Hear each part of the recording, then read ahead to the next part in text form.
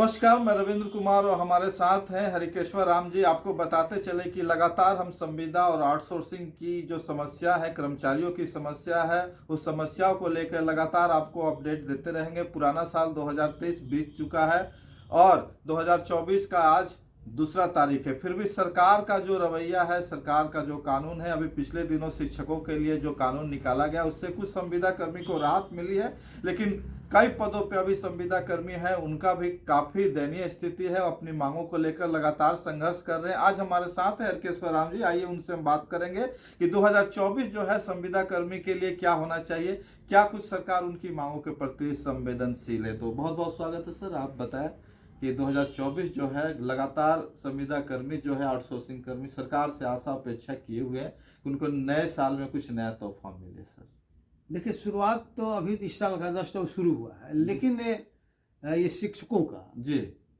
जो राजकीय कर्मचारी के रूप में हाँ मान लीजिए कि जो घोषणा हुआ जी, और जी। एक तरह से अधिसूचना निर्गत हो गई, जी मंत्रिमंडल का बैठक हो गया, जी तो ये अच्छा चीज़ है। हाँ, और इसी पैटर्न पर हाँ। सभी लोगों को हाँ। अगर सरकार करती है हाँ, तो बेहतर होगा।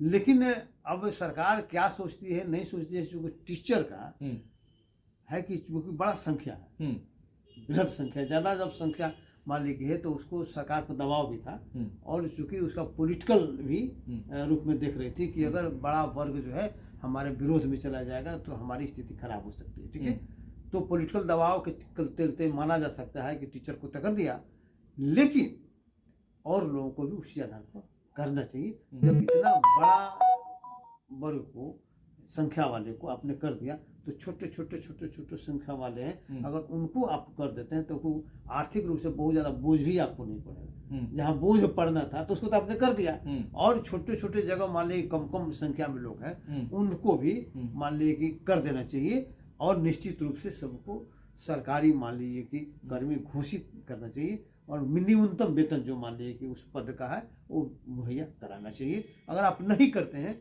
तो इसका मतलब है कि वेलफेयर स्टेट के सिद्धांत से आप भाग रहे हैं, जो गवर्नमेंट का, जो संविधान का डायरेक्टिव प्रिंसिपल है उससे आप भाग रहे हैं। जी सरकार जो आप अभी हम कल एक मीटिंग में थे, अभियंताओं की मीटिंग में, उनकी भी एक बहुत बड़ी समस्या है संविदा कर्मी। संविदा पर जैसे इंजीनियर बहाल हो रहे हैं, उनसे काम लिया जा रहा है, लेकिन उस टाइप का वेतन नहीं दिया जा रहा। उस टाइप वो लोग भी चाह रहे हैं कि हम लोग को परमानेंट हमारे कर्मचारी है। तो क्या कहना सर इंजीनियरिंग में खास करके? देखिए, सबसे बड़ी बात है कि अब इंजीनियरिंग में आप आएंगे जी तो इंजीनियरिंग में जैसे रिटायर्ड लोगों को भी लोग बहाल करना है, ठीक है, और उसको भी कॉन्ट्रैक्ट पर कुछ पैसा मान लेके देता है और उसको भिन्न डिब्बा वैकेंसी निकालता है, उसको बहाल कर लेता है, ठीक है। लेकिन उसको तो कोई असर नहीं पड़ता है, लेकिन एक असर पड़ता है कि जिस पद पर वो जा रहा है उस पद का पावर उसके पास नहीं रहता। अच्छा, जैसे होता है ना कि हम है कि गए अपना काम किए, वेतन लिए, हो गया, लेकिन जो रेगुलर जो कर्मचारी है, जी जी, जो रेगुलर पद पर है, उसको जो पावर है, जो गवर्नमेंट का पावर हो, जो संवैधानिक पावर है, जो उस ड्यूटी का पावर है, वो पावर इनके पास नहीं रहता है, ठीक है। लेकिन बहुत लोग हैं कि रिटायरमेंट के बाद बैठकर क्या करें, तो जाके वहां जाते हैं, वहां बेइज्जत होकर फिर भागते हैं। तो वो कोई समस्या उनके लिए नहीं। समस्या ये है कि जो नौकरी में आप जा रहे हैं, तो अगर मान लीजिए जेई के पद पर आप नियुक्त कर रहे हैं और जेई का अगर वहां काम नहीं ले रहे हैं, काम भी नहीं ले रहा, बहुत विभाग, क्योंकि देखिए जेई का पद जो है बड़ा रिस्पॉन्सिबल पद होता है, मतलब डॉक्यूमेंट्स जो है उसी के पास रहता है। जी बिल्कुल। जैसे एमबी मेजरमेंट बुक होता है, मापी पुस्त होता है, वही इंजीनियरिंग का मेन चीज वही होता है। तो उसी में एक एक करने के काम का उसी में एंट्री होता है। तो अगर उसको आप एंट्री का पावर आप नहीं दीजिएगा तो मान लीजिए तब जेई को बहाल करने का क्या मतलब है। अभी मान लीजिए कुछ लोग आया था, देखिए RWD के एक आदमी आया था, वो बता रहा था कि चूंकि जेई का रेगुलर बहाली की प्रक्रिया चल रही है, लेकिन किसी कारण से कोर्ट में मामला चला गया, कोर्ट में चला गया है, सुप्रीम कोर्ट में मामला है, तब तक कहा गया कि जेई का नाम बदल के दूसरा नाम से बहाल कर रहा है। तो वो आदमी कह रहा है कि हमसे जेई का काम लेगा कि नहीं लेगा।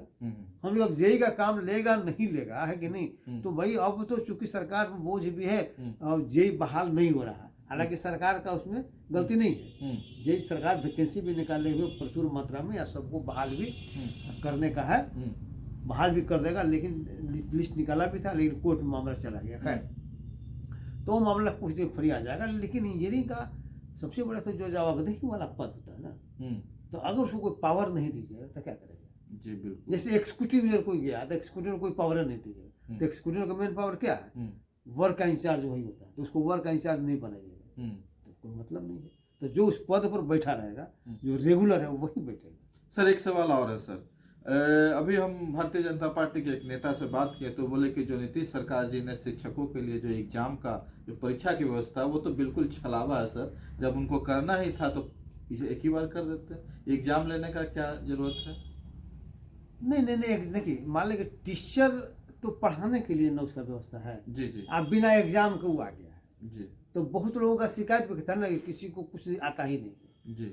बहाल हो गया, उसको चूंकि पंचायत में मुखिया कर लिया, सरपंच मान ली कर लिया, निकाय मान ली कर लिया, उसके बाद नगर निगम कर लिया, तो चूंकि पैरवी के बल पर, पैसा के बल पर लोगों का हो गया, ठीक है। जी जी जी। अपने पीड़ित नाता रिश्तेदारों को कर दिया, ये आरोप है। मैंने कहा ऐसा आरोप है। तो अगर मान लें कि बिना ज्ञान का, बिना जानकारी का, बिना थी का अगर उसको आप रखे हैं तो कुछ टेस्ट तो जरूरी है ना। जब हम रेगुलर करने जा रहे हैं तो उसको कुछ तो कुछ टेस्ट जरूर होना चाहिए, ठीक है। अच्छा। मान लें कि ताकि ये कम से कम प्राइमरी उतना रहे कि नहीं, कम से कम उतना उसको योग्यता है, लेकिन भारी एग्जाम नहीं देना चाहिए। उसको जो मिनिमम जो रिक्वायरमेंट, मान लें कि क्लास में पढ़ाने की जो मिनिमम योग्यता होना चाहिए, उतना बेसिक चीज का जानकारी होना चाहिए, वही टेस्ट लेना चाहिए। ऐसा नहीं कि आप कंपटीशन में ला दीजिए, यूपीएससी के मान लें के बराबर ला दीजिए तो ये सब सफल कर जाएगा। तो आपको ये प्रयास करना चाहिए कि मैक्सिमम से मैक्सिमम लोग निकल जाए, जो एकदम बोगस है वही छट पाए। जी जी। एकदम बोगस है वही। सर और सब जैसे कि कंप्यूटर शिक्षक हो गए सर, कंप्यूटर ऑपरेटर हो गए, हाँ। और भी कई रसोईया है, और भी कई लोग हैं, चाहे और भी तरह के बहुत सारे पद सरकार ने सृजित किया है। क्या सरकार को इस तरह विभागीय एग्जाम लेके सभी लोग को एक जीने खाने का जो मापदंड है, एक पैसा है, एक न्यूनतम मजदूरी है, क्या नहीं देना चाहिए? एकदम देना चाहिए।